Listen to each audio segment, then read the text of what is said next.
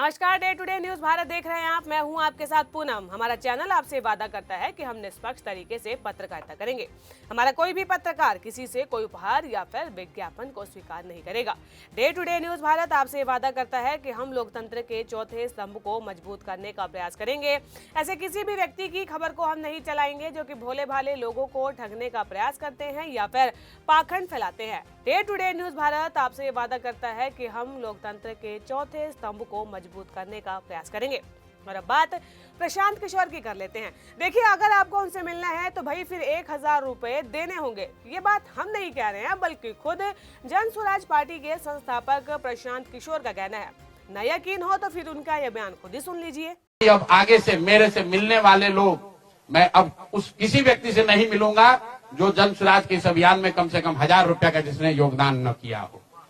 उस किसी व्यक्ति से बात विचार नहीं करूंगा जो जन स्वराज के इस अभियान में टेंजेबल तौर पर कंधा न लगाए। ऐसा लगता है कि बिहार में मिली करारी हार के बाद प्रशांत किशोर ने यह सबक ले लिया है कि खाली भाषणबाजी से काम नहीं चलेगा। उनके एक भी उम्मीदवार को बिहार में जीत नहीं मिली थी।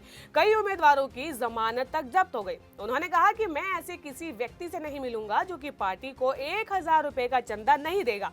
पश्चिमी चंपारण जिले के बेतिया में उन्होंने एक दिन का मौन व्रत किया था। मीडिया से उन्होंने बात की और जन स्वराज पार्टी के वह संस्थापक है। और प्रशांत किशोर ने बिहार की 243 सीटों के लिए उम्मीदवार तो खड़े किए थे, जिसमें कि 3 सीटों पर जो है उम्मीदवारों के नामांकन रद्द हो गए थे किन्हीं कारणों से। 240 सीटों पर पार्टी के उम्मीदवार लड़े, लेकिन एक भी सीट पर उनका खाता नहीं खुला। जिसके बाद उन्होंने ये तक बयान दिया था कि अगर जेडीयू को जो है 25 से ज्यादा सीटें आ जाती है तो भाई मैं राजनीति से संन्यास ले लूंगा। लेकिन वो भी नहीं हुआ और अब जो है वो मौन व्रत पर बैठ गए थे। और मौन व्रत के बाद जब उन्होंने मुंह खोला तो सीधा ये बोल दिया कि अगर मुझसे मिलना है तो 1000 रुपए देने होंगे। इसके अलावा आपको बता दें कि पीके यानी कि प्रशांत किशोर ने जो है बिहार की सरकार पर गंभीर आरोप लगाया है। उन्होंने दावा किया कि देश के इतिहास में पहली बार राज्य में वोट खरीदे गए हैं। 10-10 हजार रुपए की जो बात सामने आ रही है, उन्होंने कहा कि 1 करोड़ से अधिक महिलाओं के खाते में 10,000 से अधिक रुपए जमा करवाए गए हैं। पश्चिमी चंपारण के बेतिया जिले में मीडिया को संबोधित कर रहे थे। उन्होंने कहा कि वो आगे से उन्हीं लोगों से मिलेंगे जो कि जन स्वराज पार्टी को कम से कम 1000 रुपए का दान देंगे। अगर 1 करोड़ लोग भी 1-1000 रुपया दे देंगे तो काफी होगा। इस तरीके से अगर 1 करोड़ लोग 1-1000 रुपया देंगे तो फिर 10 अरब रुपए जमा हो जाएंगे। दरअसल कुल मिलाकर बात यह है कि प्रशांत किशोर ने जो चुनाव में खर्चा किया था, ऐसा लगता है कि अब वो उस खर्चे की वसूली में जुट गए हैं। उनका ये कहना है कि वे तकरीबन 10 अरब रुपया जो है पार्टी के लिए जुटाने में लगे हुए हैं।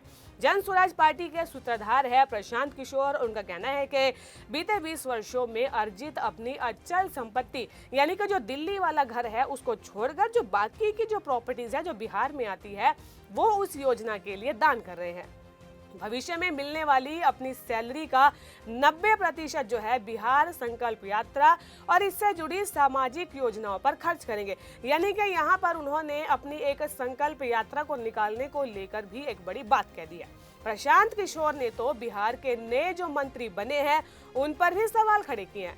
उनका कहना है कि सरकार ने छल किया है, हर उस व्यक्ति को मंत्री बनाया है जिस पर भ्रष्टाचार के बड़े आरोप लगे हैं, जो कि आपराधिक छवि के व्यक्ति है।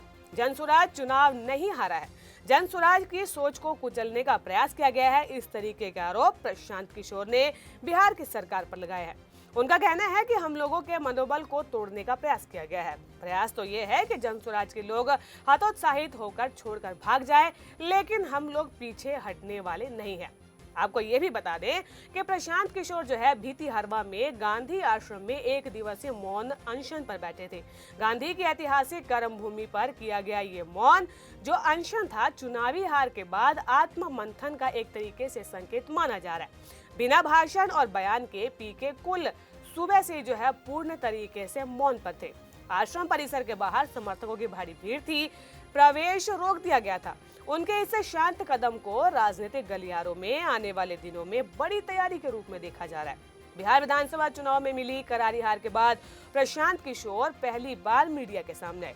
हार की जिम्मेदारी उन्होंने ले ली और इसके अलावा उन्होंने ये कहा कि जब तक सुधार नहीं दूंगा बिहार से जाऊंगा नहीं। इस दौरान उन्होंने इस्तीफे का भी जिक्र किया, अपनी शर्त भी रख दी। दरअसल मीडिया में उनका एक वीडियो जो है वो वायरल हो रहा है, जिसमें वो कहते हुए कई चैनल्स में उन्होंने इंटरव्यू दिया था और ये कहा था कि अगर जेडीयू को 25 से अधिक सीटें आती हैं तो मैं संन्यास ले लूंगा। यही सवाल यहाँ पर किसी मीडिया वाले शख्स ने पूछ लिया तो उन्होंने यहाँ पर शर्त भी रख दी।